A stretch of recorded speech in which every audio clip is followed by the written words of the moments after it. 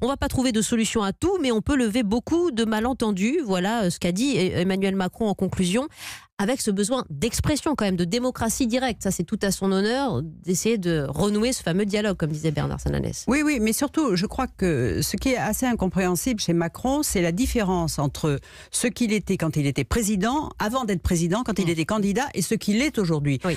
Il écrit un livre Révolution, peut-être un livre au titre prémonitoire, mais dans son livre Révolution, où il veut transformer la France, la grande transformation, il promettait quoi? De faire plus pour ceux qui ont moins.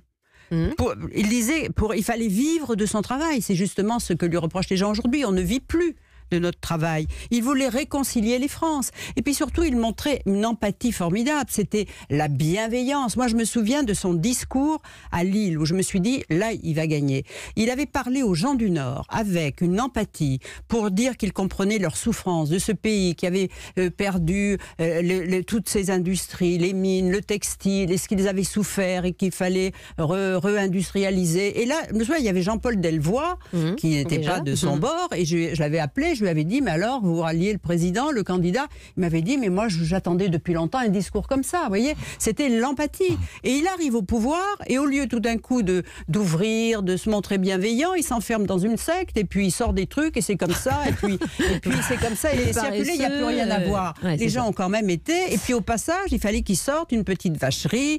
Je veux dire, le pire qu'il ait dit pour moi, c'est de dire que dans les gares, il y a ceux qui réussissent et ceux qui sont rien. Parce que comment est-ce qu'on peut dire ça? Moi, je vais dans les gares, on pense jamais à ça. On se dit jamais ça. Tiens, il y a ceux qui réussissent et ceux qui sont rien. Il faut quand même avoir quelque chose, un mépris. Je veux dire, on se demande quand même. Juste un point sur ce que vient de dire Catherine. C'est assez marrant parce qu'on me demande souvent dans les enquêtes, est-ce que vous voyez un fait marquant, une rupture, une petite phrase qui a déclenché? Et si Catherine a été sensible à cette phrase-là, il y a beaucoup de gens qui nous disent, bah non, moi c'est à cette autre phrase-là. Certains, c'est la phrase sur l'horticulteur, il suffit de traverser la rue. Certains, c'est les retraités, vous avez le droit de tout sauf de vous plaindre pendant l'itinérance mémorielle. Certains, ce sont sur les propos un peu fermes vis-à-vis de Jean-Louis Borloo. Et donc, il y a en fait une accumulation, une sédimentation qui font que petit à petit, des catégories entières reprennent cette critique qui est, mais finalement, il n'exprime aucune empathie. Il ne connaît pas nos situations, il ne connaît pas nos problèmes.